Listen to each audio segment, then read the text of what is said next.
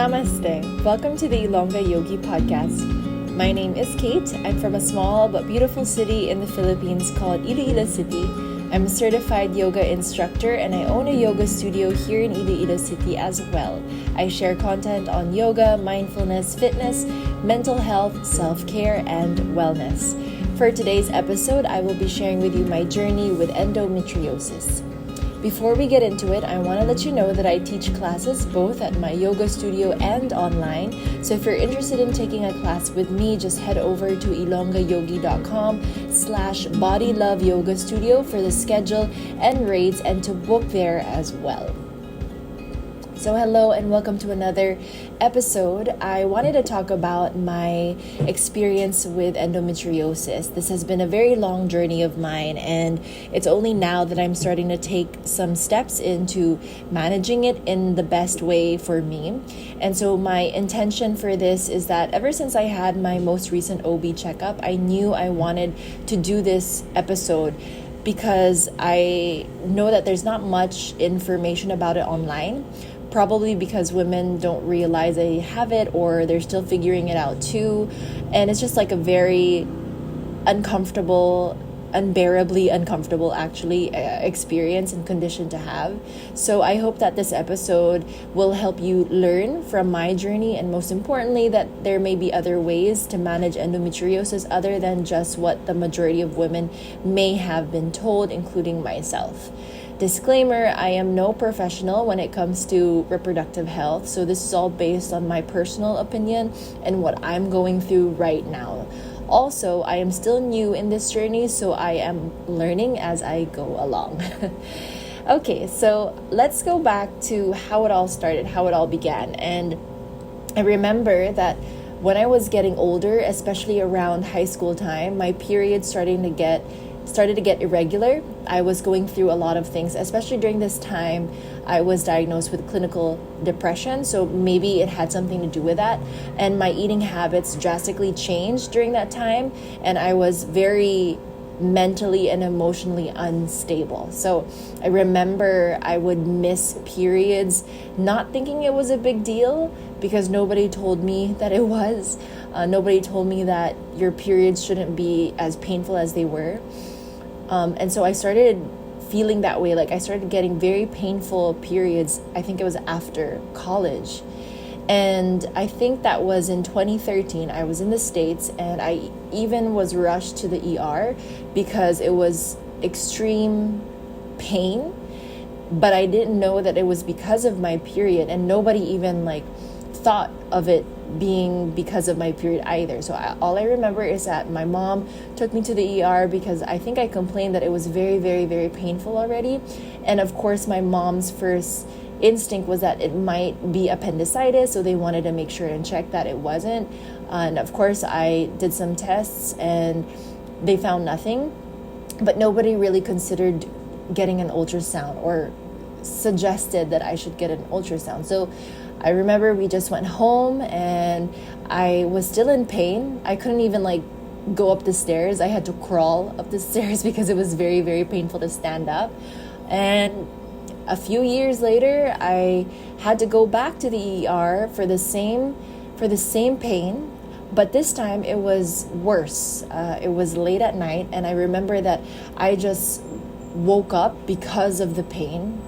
I've never experienced anything like that, like anything waking you up from deep sleep because you're in severe pain already. And of course, this was nothing that I've ever experienced before. It was so bad that I had to go to the ER around 2 a.m. Sorry about my voice. I had to rush to the ER and everyone was panicking. And I'm glad that somebody in the ER actually recommended that I get an ultrasound. I guess because I don't know if I was on my period or they asked me when my period was going to come and it was supposed to come around that time. I'm not sure. I can't remember anymore. But after I got an ultrasound, that's when they found out that I had a large cyst. I don't know the details anymore. This was a very overwhelming time for me, so I don't remember everything. But again, because my mom's a nurse, it was her first instinct to have it surgically removed. And she was also unsure about this whole situation. And for me, all she knows is based on her experience, because she also had a myoma taken out. So that was what she wanted to do for me as well. So we had to get it surgically removed immediately. And because at that time I was just so confused, overwhelmed about everything, I didn't really want to undergo surgery because I didn't understand what was happening to me. But I think that I just trusted my mom at the time. I didn't ask any questions anymore. I just did as she said. And I went through the surgery. The surgery was fine. Recovery wasn't as bad as I thought it would be. And when I went back to my OB, of course, she wanted me to take birth control to completely stop my period to avoid any further growth, which is a typical practice when you have endometriosis or anything that's kind of related to that. So you know this very well if you have PCOS or endometriosis or anything like that. And this at the time was just way too much for me. I already just went through surgery. I didn't understand what's going on. I was going through a lot personally too. So I wasn't really ready to face the side effects of birth control because I've never taken it before, and what it can do to my body, but most importantly to my mental state. If you know my story, then you know that when I was younger, like I mentioned earlier, I was diagnosed with clinical depression. And during that time, around 15 years old, 16, I had to take antidepressants. And antidepressants really just effed me up. It really effed me up because I think that until now, it's still the same side effect. Your appetite changes. So I started to eat so much more.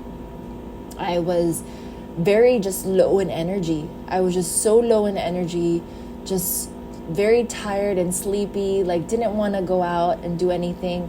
And I was eating a lot. So of course, during that time when I took antidepressants, I gained so much weight. And if you are someone with a similar condition, then you know exactly what I'm talking about. It just sucks. I hated it because sure, maybe the medication was addressing one problem, I guess my depression in a way, but it was creating a new mental problem for me, which had to do with my body and my weight. Like I started to starve myself. I started to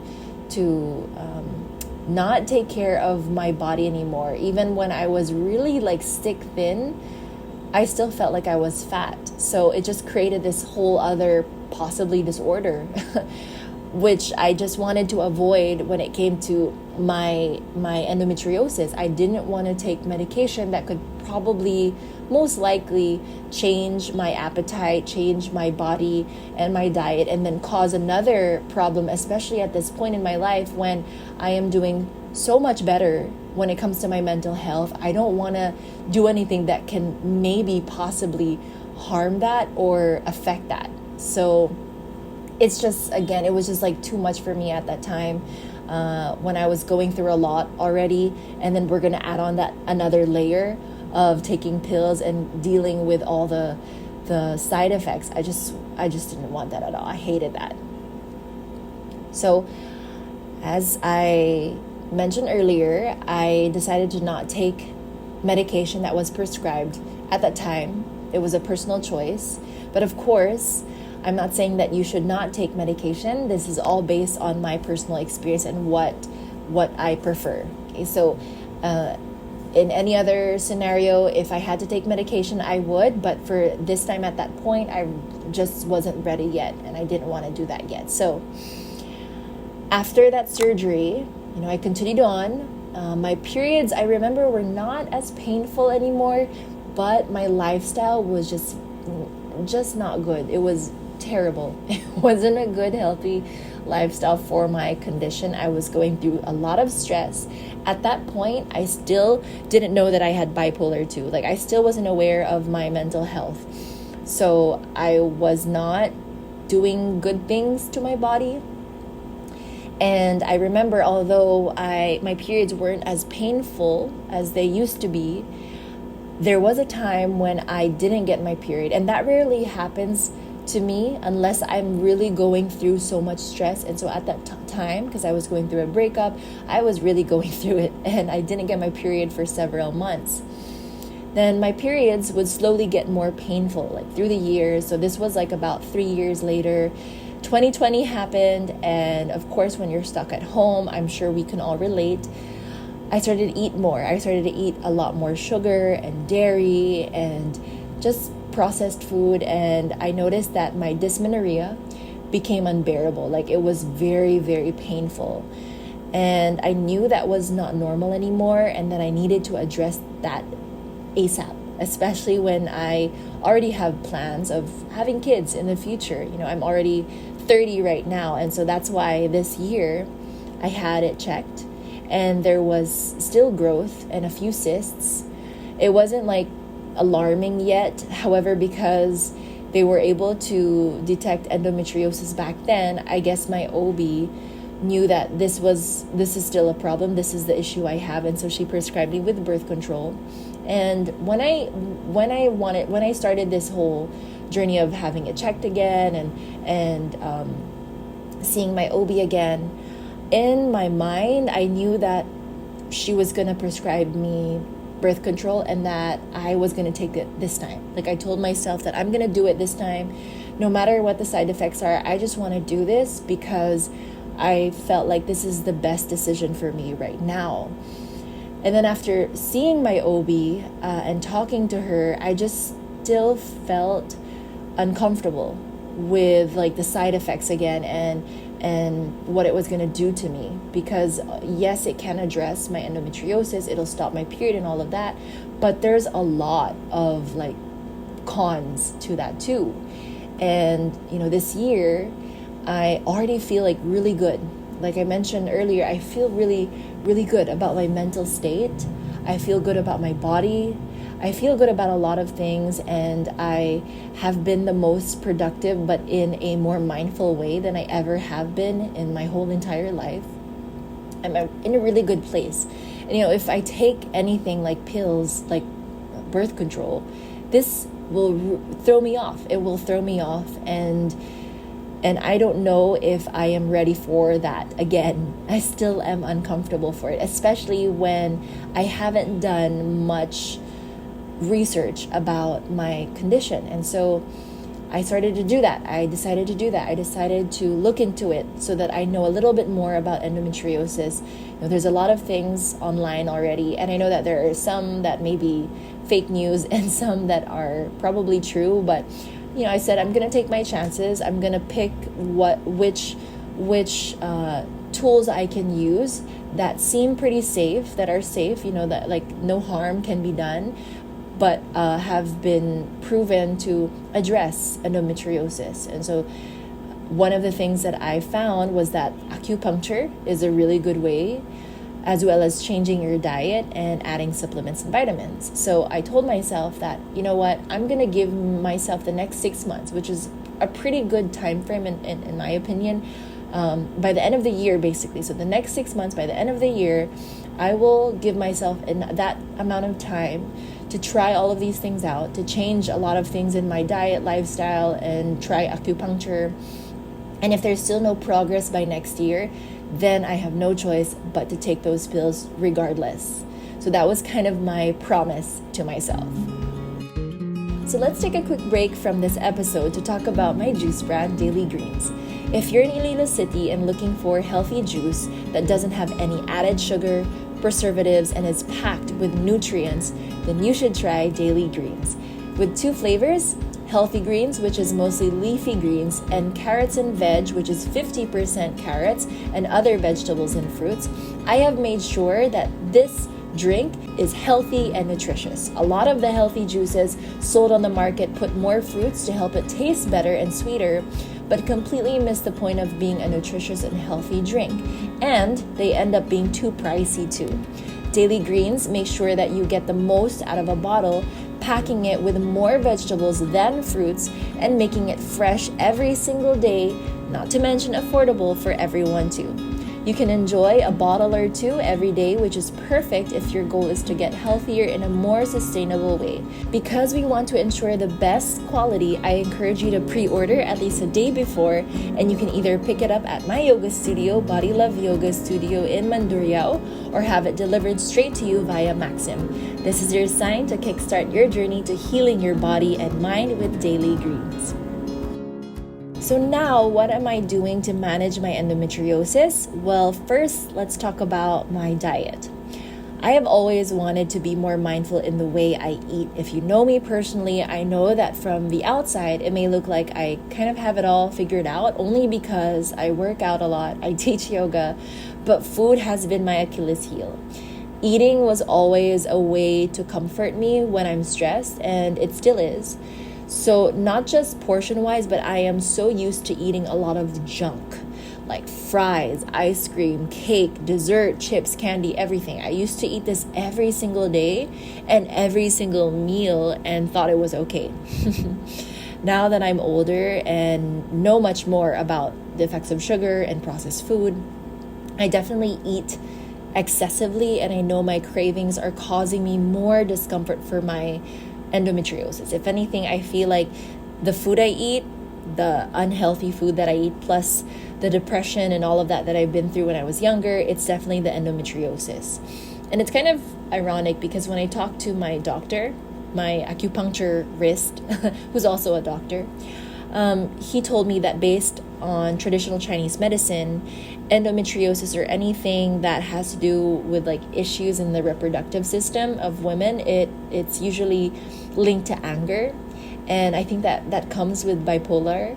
I can get a bit angry, and I'm not saying that that's how bipolar usually is. Like, I know that in most people's minds, when they think of bipolar, it's someone who is just calm 1 minute and then just like breaks down or gets really angry out of nowhere another minute. And that's not how it is actually. But in my case, when it comes to my bipolar, I do experience extreme anger, not to the point where I get too violent or that I have anger issues or anything, but yes, I do have some anger sometimes that I express. And so I get how that kind of makes sense, that when it comes to anger, when it comes to depression, when it comes to just a lot of those issues mentally, I think it's all linked to my endometriosis. And back to the food though, the food that I eat is not 100% healthy or even balanced, even to this day. But I can say that the way I eat now has changed about 50%. And this is the way that I have always wanted to eat in some way, because I know that when it comes to food and my journey with food, it'll take a lot of time. This is how I've been eating all my life, especially in times when I was very stressed and going through depression. I would just eat and eat terribly. So I know that that's not going to be very easy, much like my journey with my mental health, with my bipolar. It took several years for me to get to this point where I feel a lot more grounded and balanced and more aware, so I know that this will take time, but I feel really good about the way I'm eating now. So just to give you an example, okay, I'll break it down. In the morning, I usually only have a cup of black coffee. So this is before I work out. I don't eat anything. I find that having just a cup of black coffee is good enough for me so far. And this alone was a big change for me, since I used to be that person that would put like 3 spoons of sugar and so much milk in my coffee, I swear. And I have kind of trained myself to completely stop that, to let that go. So I have only black coffee. And when it comes to having endometriosis or any condition that's similar to that, I have read that you have to lessen the amount of caffeine you have. You can have a little bit of caffeine, especially if you're so dependent to it already, but limit it to about just a cup of coffee. So that's what I've been doing. I would only drink a cup of coffee and spread it out throughout the day. And for me personally, I kind of like my coffee a little bit diluted. You can send me hate for that.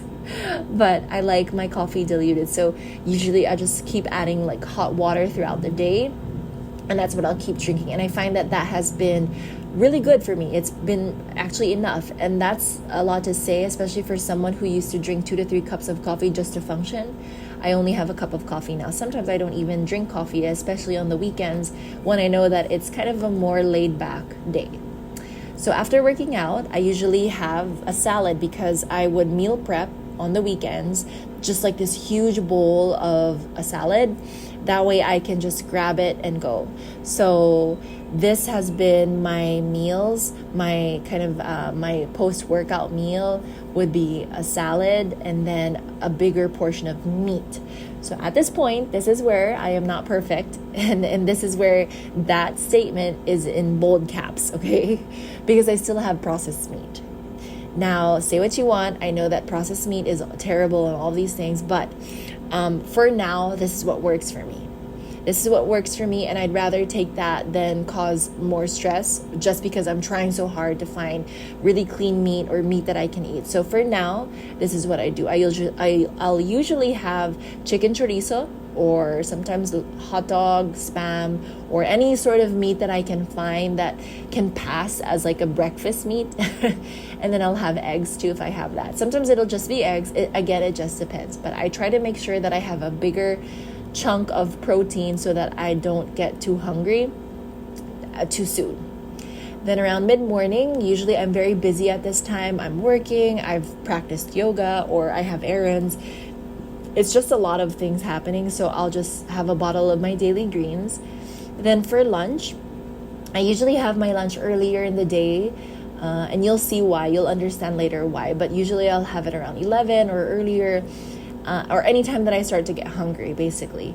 Right now, I have subscribed to a meal plan, which is 101 Food. If you're familiar with that, they're based in Iloilo City, and my meals are kind of curated for me and my needs, including my endometriosis. So my meals are heavy on protein again, vegetables, and sometimes little to no carbs. So with endometriosis, it's actually better if you lessen your carb intake, which makes sense for me. Because I've noticed that my body does not respond well to carbs. I get very bloated and sleepy when I eat gluten, when I eat rice. So this works better for me. Along with my meal, I know that probiotics is also great in general. So I have kombucha. I have kombucha with my meals.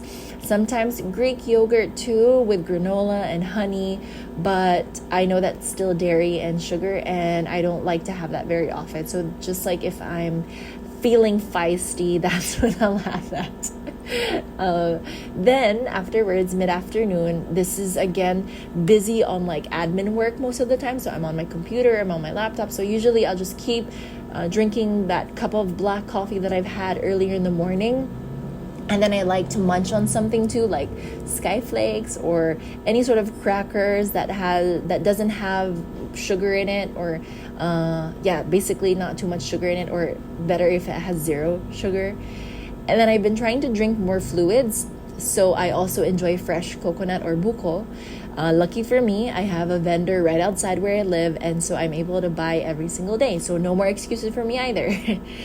Right before I teach my class in the evening, I try to eat about 2 to 3 hours before, which is usually my last meal for the day, because again, like I mentioned earlier, I like to eat my lunch early, and so I start to get hungry around like 3 p.m. So I'll usually eat by 3 p.m. and I don't like to eat dinner anymore at night, because what I've found is that when I teach, right, and I'm hungry when I'm teaching, I get really tired after teaching. So I just want to eat whatever I can find. So I just end up eating mindlessly. And I don't want to do that, because I end up like indulging a lot right before bed. You know, I end class by 7 and I'll still have work to do. So I end up eating dinner by 8. So I don't like eating dinner that late already, unless like I have family over and, you know, we have dinner out and all that stuff. So that does still happen. That's why I'm not too strict about it either. So for the most part, I like to eat before I teach, so that I have enough time for my dinner to burn away before I have to teach. And then after I teach, I usually just enjoy another bottle of my daily greens, because I have 2 every single day as much as possible. And then later in the evening, my partner will usually prepare me a protein shake because I don't like being so hungry when I sleep, right? And then when I wake up, if I eat anything, like if I eat a heavy meal before I go to bed, I notice that I wake up hungrier.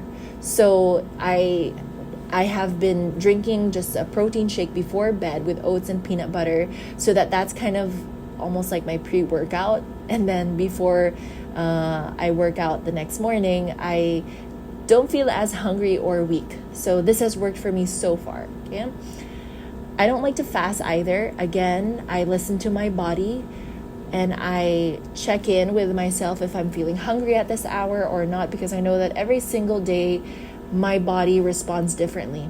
So whatever my body is communicating to me, I try to listen and pay attention, and then I address that. So besides the food I eat, I've also changed my workout routine slightly. I do CrossFit and yoga, but now I'm cutting my workout schedule from 5 times a week to about 3 to 4 times a week, focusing more on weightlifting and lessening my Metcon. So if you don't know what Metcon is, it's more like cardio, and or anything that's like very taxing when it comes to like running or anything like fast sprint movements. I try to lessen that, because not only because I don't like it, but that is a factor too, a little bit, not as much as before, but I actually do enjoy it a little bit more now. But I've noticed that I experience pain and sometimes like bloating around my uterus area, pelvic area, when I do too much Metcon or cardio. So it just makes sense to me, because I've always had a hard time like with running or sprinting. It's just not me. It's just not how I like to move my body. So I am going to lessen that. I have been lessening it. I'm trying to work on practicing yoga and Pilates more often now. Only 20 to 30 minutes a day, since I have to teach as well, which is already like draining enough. So 20 minutes is perfect for me already. That way I'm not too tired. And then I've also learned that walking, long walks, is also good for my condition. So I think that I'll start incorporating that as well. It's kind of hard because like back in when I was still in Manila, it was so easy to walk around. I used to walk every single day to school. I used to walk everywhere when I was already working.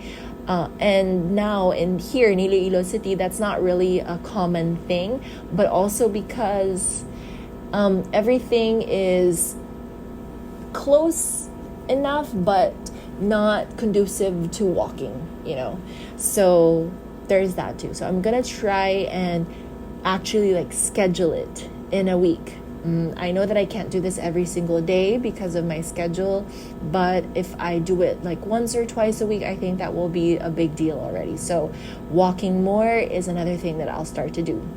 So if you're someone who hates working out, start with walking. Like honestly, try to walk for a long time while listening to a podcast or, looking around and enjoying nature. I think that's a very good way to start actually.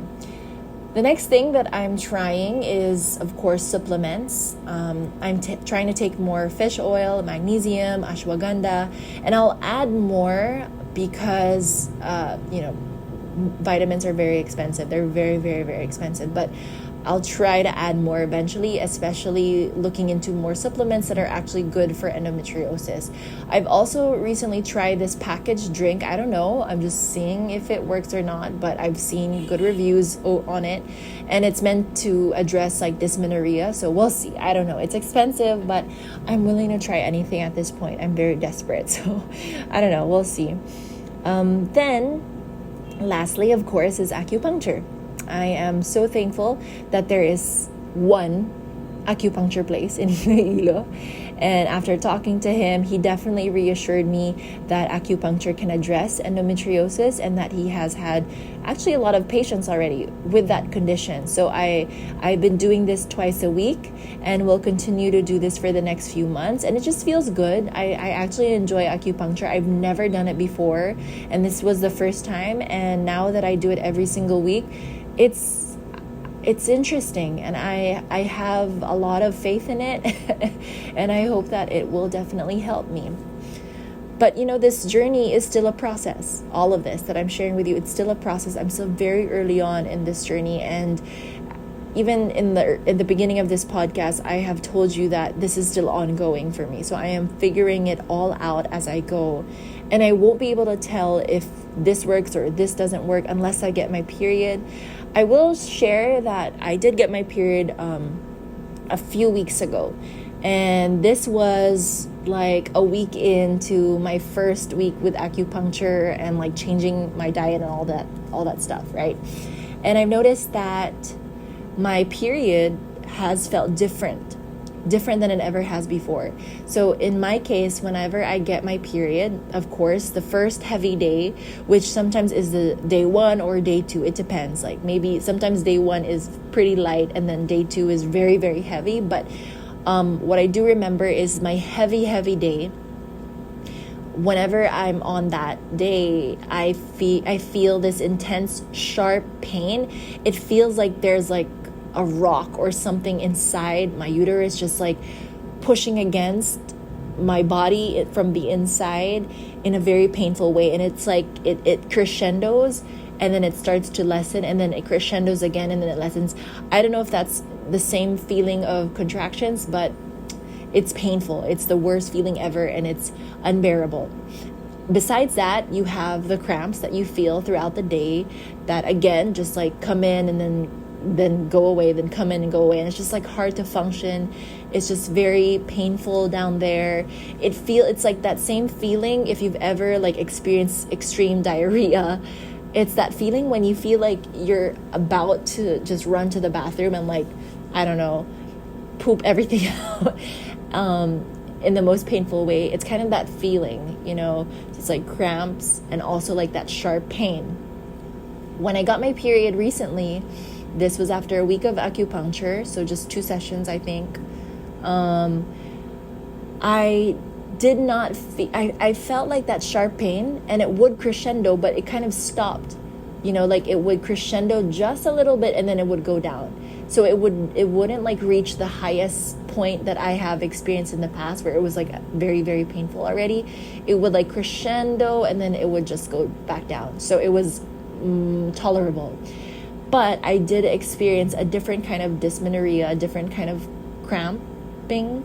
And it still wasn't a great experience. I still felt like I wanted to go to the hospital, which is what I always feel all the time. But this time around, what I felt was I got chills and I was just like sweating, cold sweats. So my hands and my feet were very cold, but I was sweating and I did feel like I wanted to faint and all of that, which is again very normal in my case. That's not very normal, but it is normal to me. And when usually I take ibuprofen just for the pain. After taking that, I was good. Like usually I would have to take ibuprofen the whole day, so like multiple times every few hours, right? And I would still like feel the pain, right? And I wouldn't even be able to function at all. But what happened was I only felt it in the morning, and right after I took ibuprofen, I was better. Like I was okay. I was functioning again. I was able to work. I was able to teach yoga, and it was crazy. Like I was able to function like a normal human being again, and I did not feel that much pain anymore. So that's like, I hope, like a very good sign.